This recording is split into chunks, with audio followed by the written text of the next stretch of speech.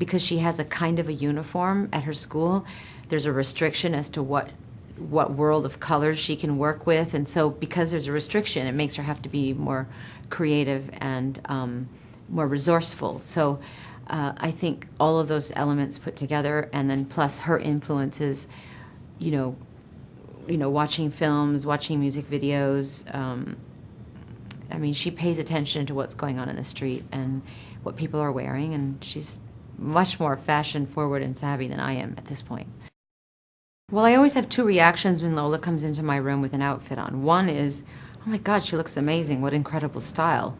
And then my second reaction is, she's dressed completely inappropriately for school.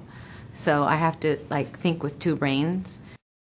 I usually tell her to take off her, 3-inch or 6-inch platforms and pull her skirt down just a little bit and take off some of the black eye makeup around her eyes. Because she does have amazing style, but, I am the typical mother where I say, oh my God, you can't go to school dressed like that. She's been coming to meetings pretty much from the very beginning.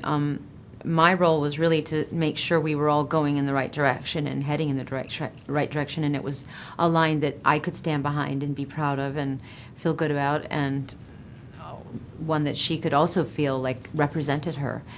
So fortunately we do. I mean, I really like the way Lola dresses, and I think this line is absolutely an extension of her taste.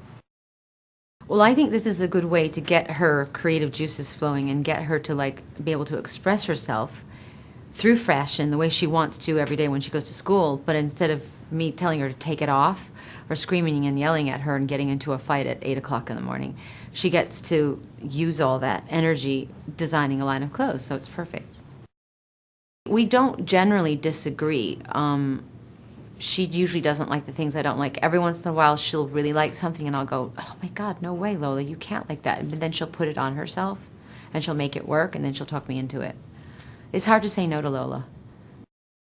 I like the idea that the line is being sold at Macy's because Macy's has, major accessibility factor across America, and I'm very happy that it's going to be exclusively sold at Macy's.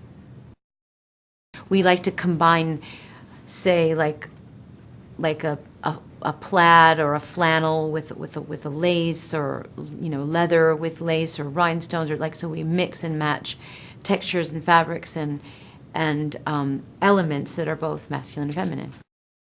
Macy's seems like a no-brainer. I mean, just Macy's is accessible.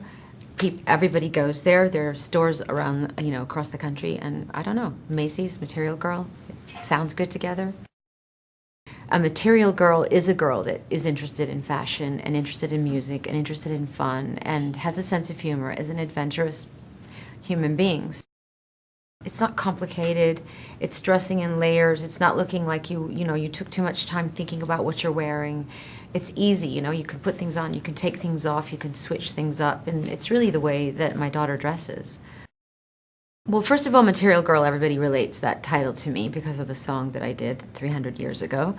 But it's one of those things that I got stuck with, and it's like a title I got stuck with. And at first, when I first did the song, it was meant in an ironic way, because I don't think of myself as a materialistic person, but I do love clothes, and I love fashion, and I love beautiful things.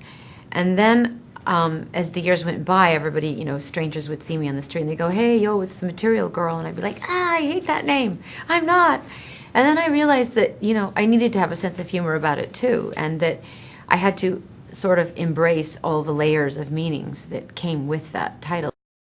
If you like the line of clothing, then you definitely have a sense of humor, you have a sense of irony, you have a sense of adventure, you like music, you like to dance, you like to be able to move. It needs to be functional, but it also doesn't look like you thought too much about it. So, and that's what I like about, that's how I like to dress, and I know that's how she likes to dress.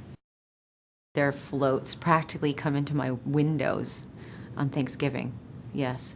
And in fact, I'm thinking and I'm hoping and I'm praying that next year, the next Macy's Thanksgiving Day Parade, there might be a Material Girl float.